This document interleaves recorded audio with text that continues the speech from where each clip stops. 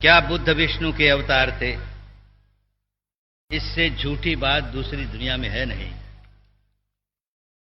लेकिन देश का दुर्भाग्य कि उस समय जो झूठी बात चला दी गई वो चल पड़ी।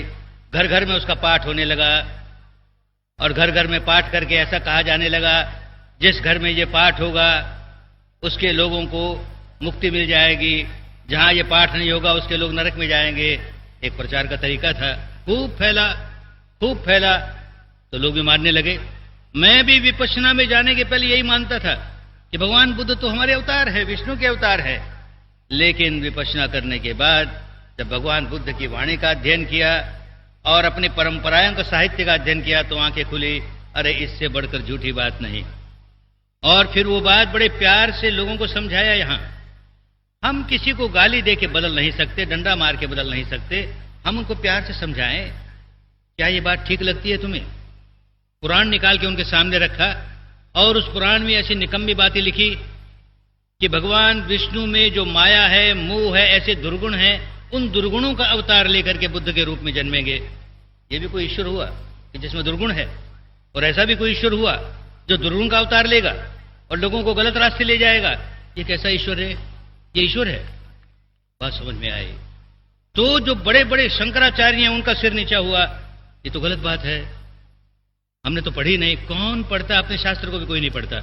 हमने सामने रखी तो बात समझ में आ गई और एक एग्रीमेंट बना कि आज के बाद हम इस बात का प्रचार नहीं करेंगे, इस बात को न स्वीकार करेंगे, न इस बात का प्रचार करेंगे कि भगवान बुद्ध विष्णु के अवतार थे। साइन किए उन्होंने, 3 और शंकराचार्यों ने साइन कर दी, 15-20 और महामंडलेश्वरों ने साइन कर दी।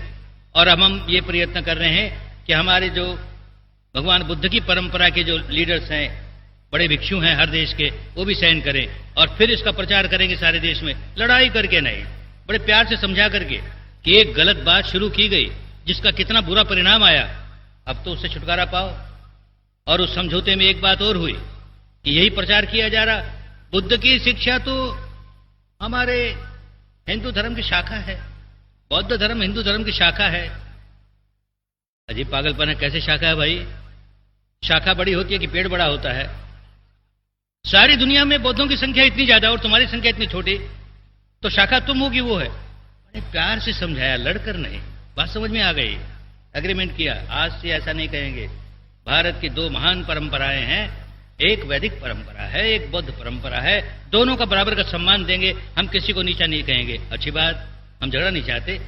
हम अपने देश से हमारे गुरु ने इसलिए भेजा कि इस देश में जो जात पात को लेकर के, संप्रदाय को लेकर के जो इतना बड़ा भेदभाव है और लोग इतने व्याकुल हैं, इसे दूर करने का काम है तुम्हारा। तुम विपश्यना का प्रचार इसलिए करोगे कि ये भेदभाव दूर हो जाए। तो हम तो जोड़ने आए हैं, तोड़ने नहीं आए। और जोड़ना तो प्यार से होता है, प्यार से समझाते हैं तो मान जाते हैं। उसी समझौते में तीसरी बात रखी हमने, जिससे थोड़े घबराए। हमने कहा कि आज से आपको ये मानना पड़ेगा कि कोई व्यक्ति किसी मां के पेट से जन्मा हो, अगर वो दुष्कर्म करता है तो दुर्जनी है, सत्कर्म करता है तो सज्जनी है। बड़ा और छोटा अपने कर्मों के अनुसार होता है, जन्म के अनुसार नहीं। तो थोड़ा घबराए कि ये तो बात हमारी परंपरा के विरुद्ध हो जाएगी। पर सच्ची तो है ना? तुम बताओ हमें, दुष्कर्म करने वाला सज्जन कैसे हुआ और सत्कर्म करने वाला दुर्जन कैसे हुआ? तो क्या जवाब दे? सिर नीचा हो गया, उस पर भी सिग्नेचर की। तो प्यार से समझाना है और बात हम सही बात कहेंगे तो लोगों को मानना पड़ेगा। कुछ लोग नहीं मानेंगे, आज नहीं मानेंगे, कल मानेंगे, 10 दिन बाद मानेंगे, 10 वर्ष बाद मानेंगे। सच्चाई तो माननी ही पड़ेगी। बहुत बड़ी संख्या में भगवान बुद्ध की शिक्षा लोगों तक जाएगी तो ये सारे झगड़े फसाद खत्म हो जाएंगे। और उसका एक ही रास्ता है कि लोग ज्यादा से ज्यादा विपश्यना करें, इस सच्चाई को अनुभूति पर उतारें। फिर देखें अपने आप परस्पर स्नेह बढ़ने लगा, मैत्री बढ़ने लगी, सद्भावना बढ़ने लगी।